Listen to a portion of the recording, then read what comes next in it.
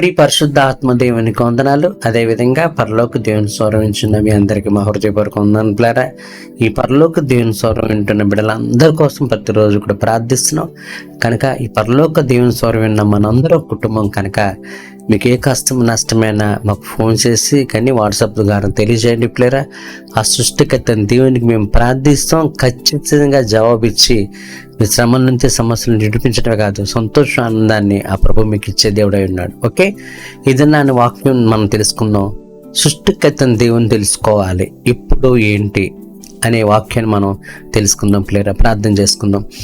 ఉదయకాల సమయంలో వాక్యం ద్వారా ప్రతిరోజు మీరు మాతో మాట్లాడుతున్నారు. దిక్కుమాల దీన దరిద్రులం ప్రభు అయినప్పటికీ మీరు మమ్మల్ని ప్రేమించి ఏ విధంగా బతకాలి, ఏ విధంగా నడవాలి, ఏ విధంగా జీవించాలి అనే వాక్యం ద్వారా ప్రతిరోజు మీరు మాకు తెలియజేస్తుంది కొందనాలు. ఏదైనా కూడా వాక్యం ద్వారా మీరు మాతో మాట్లాడి మమ్మల్ని దీవించి ఆశ్చర్యించి బలపరచమని, సమస్త మహిమా ప్రభావాల కన్నా తండ్రి మీరే పొందమని నా జడగేసి క్రీస్తున్నామని ఏడుకొంచున్నాను తండ్రి, ఆమేన్.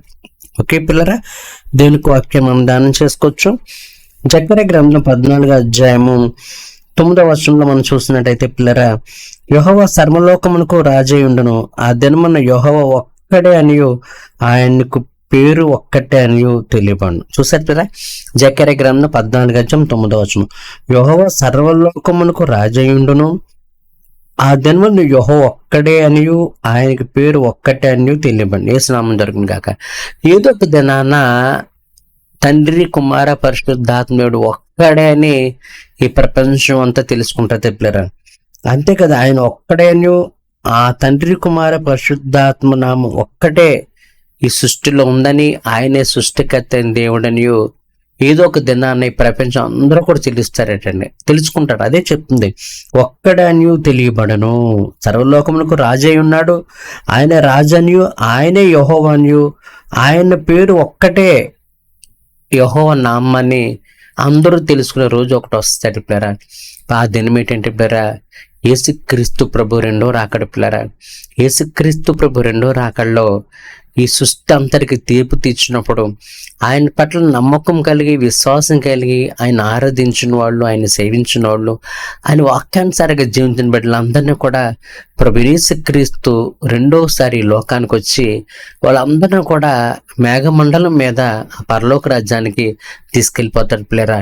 ఆయన నమ్ముకోలేని ప్రజలు, రక్షణ బాప్తీసం తీసుకోలేని ప్రజలు, రక్షణ బాప్తీసం తీసుకున్న అహంభావంతో గర్వంతో వాక్యానుసారిగా జీవించలేని బిడ్డల్ని, దేవుని నమ్ముకున్నా సరే ప్రవర్తనే నడకనే మార్చుకోలేని బిడ్డల్ని దేవుడు ఈ అగ్నిహారదు పురుగు చావద్దన నరకంలో అన్యులతో పాటు వదిలేస్తాడు పిల్లరా.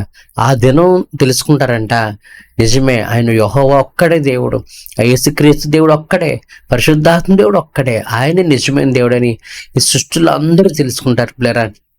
అయితే పిల్లరా, ముఖ్య విషయం ఏంటంటే ఆ క్రీస్తు రెండవ రాకడ సంఘం ఎత్తబడినప్పుడు, ఆయన నమ్ముకున్న బిడ్డలు, వాక్యానుసారంగా జీవించిన బిడ్డలు పరలోకం వెళ్ళిపోయినప్పుడు మిగిలిన వాళ్ళు అన్యులు కావచ్చు, ప్రభు నెరగిన బిడ్డలు కావచ్చు, వాక్యానికి అనుకూలంగా జీవించలేని వాళ్ళు నరకంలో విడిచిపెట్టబడినప్పుడు అప్పుడు అందరూ తెలుసుకుంటారట. పరలోకం వెళ్ళిన బిడ్డలు తెలుసుకుంటారు, నరకులో బిడ్డలు కూడా తెలుసుకుంటారు యెహోవా ఒక్కడే, ఆయన ఒక్కడే సృష్టికర్త దేవుడని. అయితే ప్రియమైన వారారా, పరలోకం వెళ్ళిన బిడ్డలు పర్లేదు, దేవునితో సంతోషంగా ఆనందంగా నిత్యము యుగయుగాలు ఉంటారు.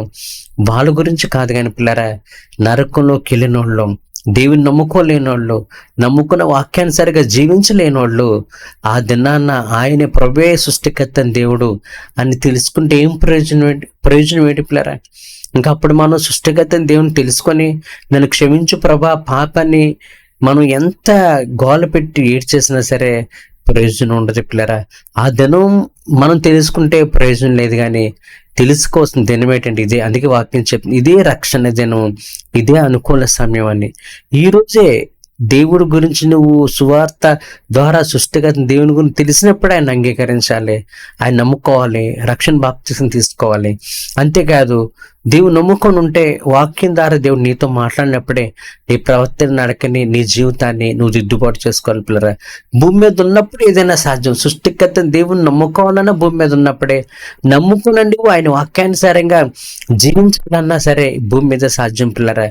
ఈ రోజు నువ్వు భూమి మీద బతుకున్నప్పుడు సృష్టికర్త దేవుని నమ్ముకున్న నీవు వాక్యానుసారంగా ఈ దినాన్ని నువ్వు జీవించకుండా, నీ ప్రవర్తన నీ నడకనే స్వపరీక్ష చేసి దిద్దుబాటు చేసుకోకుండా ఈ రోజు ఉంటే, రేపొద్దున తీర్పు దినాన్న ఆ యేసుక్రీస్తు నిండో రాకడ దినాన్న ఆ దినాన్ని తెలుసుకుంటే ప్రయోజనం ఏముంటుంది పిల్లారా?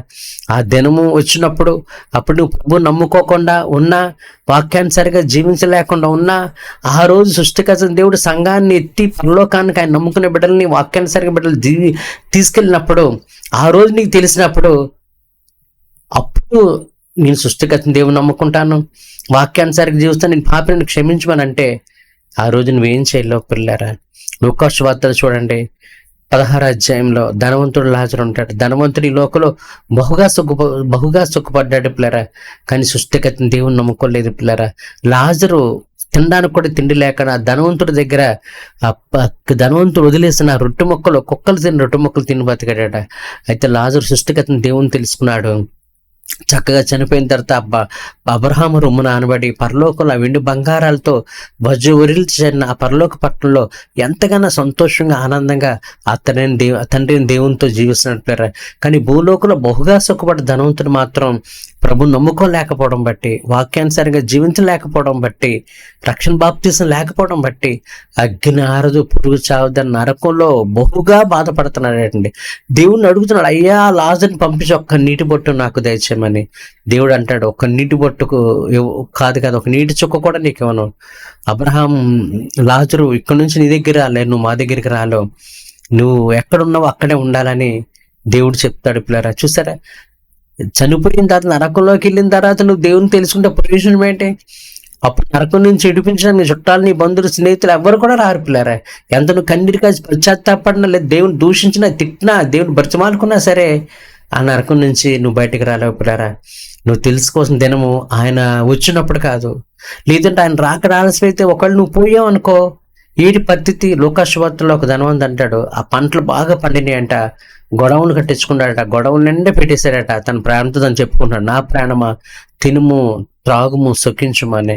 అయితే దేవుడు అంటున్నాడట, ఓ వెర్రివాడ, ఈ రాత్రే నీ ప్రాణాన్ని నేను అడుగుచున్నాను, నువ్వు సంపాదించిన ఎవరు వగను అని. ఈ దినాన్ని చాలా మంది ప్రభు నమ్ముకోమన్నా, వాక్యాంతరికి జీవించమన్నా, మాకేంటి అవసరం, మాకు డబ్బు ఉంది కదా, ధనం ఉంది కదా, ఆస్తి ఉంది కదా, పేరు ప్రఖ్యాతులు ఉన్నాయి కదా, మాకు దేవుడు అవసరం ఏంటి? దేవుడు మాట మీకు ఎందుకు అనాలి? మాకు ఈ రోజుల్లో ఏ లోటు ఉంది? డబ్బుకి కానీ, ధనాన్ని కానీ, పేరు ప్రఖ్యాతులు కానీ, దేనికి కూడా లోటు లేదు కదా, ఎందుకు మేము దేవుని నమ్ముకోవాలి, ఎందుకు వాక్యానుసరంగా ఉండాలి అని ఎదురు ప్రశ్న చేస్తూ, దేవుని నమ్ముకున్న వాక్యాన్ని దేవుడికి లోబడకుండా తమ ప్రవర్తన నడకన మార్చుకోకుండా ఎంతోమంది జీవిస్తున్నారు పిల్లరా. అయితే ఒకటి గ్రహించుకో, నీ ప్రాణం ఎప్పుడు ఉంటుందో తెలియదు, ఎప్పుడు పోతుందో తెలియదు. ప్రాణం పోయిన తర్వాత నేను పాపి నన్ను క్షమించమని అడిగితే దేవుడు నేను క్షమించడు. నేను సృష్టిగా దేవుని అప్పుడు నమ్ముకుంటానని నీ ప్రాణం పోయిన తర్వాత అడగడానికి నీకు ఛాన్స్ లేదు. ప్రాణంతో ఉన్నప్పుడే సృష్టికర్త దేవుని నమ్ముకోవాలి. ప్రాణంతో ఉన్నప్పుడే నువ్వు వాక్యానుసారంగా జీవించాలి. ప్రాణం పోయిన తర్వాత నీ సృష్టికర్త దేవుని నమ్ముకుంటానని కానీ, వాక్యానుసారంగా జీవిస్తానని కానీ అనుకుంటే నీకు ఆ ఛాన్స్ ఉండదు ప్రేరా. అందుకే ఒకవేళ దేవుని యొక్క రెండో రాకడ ఈ లోపుగా నువ్వు వస్తే, ఈ దేవుని రాకడ వచ్చిన తర్వాత నేను ప్రభుని నమ్ముకుంటాను, దేవుని ఇప్పుడు ఇచ్చిన వాక్యానుసారంగా జీవిస్తాను, అప్పుడు దాకా ఈ లోకంలో నేను ఎంజాయ్ చేస్తాను, దేవుని తెలుసుకోకుండా నాకు ఇష్టం వచ్చినట్టుగా నేను బతుకుతాను, నడుస్తాను, జీవిస్తాను అనుకుంటే, రేపు ఆయన రాకడ వచ్చినా ఒకవేళ నీ పోకడ ముందైనా నీ పరిస్థితి ఏమవుతుందో ఒకసారి ఆలోచించైనా ప్రియ సహోదరి సహోదరుడా. ఆ దినాన్ని అందరూ తెలుసుకుంటారు, కానీ ఆ దినాన్ని తెలుసుకుంటే ప్రయోజనం ఉండదు. పరలోకం వెళ్ళిన వాళ్ళు పర్లేదు, ఆ దినాన్న ప్రభుని నమ్ముకోకుండా పరలోక రాజ్యం వెళ్ళకుండా మిగిలిన వాళ్ళు, ఆ దినం నేను దేవుని నమ్ముకుంటాను, నా తప్పులు పొరపాట్ల పాపలు విడిచిపెట్టేస్తాను, నేను మారుమని పొందుతాను, రక్షింపబడతానంటే ఆ దినం నీకు అవకాశం ఉండదు ప్లేరా. నీకు అవకాశం ఉండే దినం ఏంటంటే ఈ దినమే, ఈ రోజే నువ్వు సృష్టికర్తని దేవుని నమ్ముకోవాలి. ఆ సృష్టికర్తని దేవుని యొక్క వాక్యానుసారంగా నువ్వు జీవించాలి. ఆ సృష్టికర్తని దేవుని నువ్వు ఆరాధించాలి, సేవించాలి నా ప్రియ సహోదరి సహోదరుడా. ఆ దినం అనేది ఎప్పుడంటే ఈ దినమే. నీకు సువార్త ఎప్పుడైతే వినబడిందో ఆ దినమే, వాక్యం ఎప్పుడైతే వినబడిందో ఆ దినమే, వాక్యం ద్వారా దేవుడు నీతో ఎప్పుడు మాట్లాడాడో, ఎప్పుడు వాక్యమైన దేవుడిని విన్నావో అదే రక్షణ దినము, అదే సుదినం పిల్లరా. ఆ దినాన్ని నువ్వు నిర్లక్ష్యం చేసావంటే దేవుడు అంటాడు, ఎంత గొప్ప రక్షణ నిర్లక్ష్యం చేసిన ఎలాగో తప్పించుకుందాం పిల్లరా. ఇదే సుదినము, ఇదే శుభదినము, ఇదే రక్షణ దినము, ఇదే నిన్ను ఆదుకునే దినము, రక్షించే దినము అని దేవుడు వాక్యం చెప్తుంది కనుక ప్లేరా, దేని గురించి నువ్వు అజాగ్రత్తగా ఉన్నా పర్లేదు, దేని గురించి నువ్వు ఆలోచన చేసినా పర్లేదు, కానీ సృష్టికర్త దేవుని తెలుసుకోవడానికి నువ్వు ఆలోచన చేయకు, సృష్టికర్త దేవుని నమ్ముకోవడానికి ఆలోచన చేయకు. ఒక నమ్ముకున్న బిడ్డవైతే ఆయన వాక్యానికి లోబడకుండా ఉండడానికి ఆలోచన చేయకు, ఆయన వాక్యానుసారంగా ప్రవర్తించడానికి నువ్వు ఆలోచన చేయకు, ఆయన వాక్యానికి అనుగుణంగా స్వపరీక్ష దిద్దుబాటు చేసుకోవడానికి ఆలోచన చేయకు. ఎందుకంటే పిరా, దినాలు మన చేతుల్లో లేవండి పిల్లరా. ఆయన రాకడెప్పుడో తెలియదు, మన పోకడెప్పుడో మనకు తెలియదు కనుక దినాలు, కాలాలు, గడియాలు మనకు తెలియదు పిల్లరా.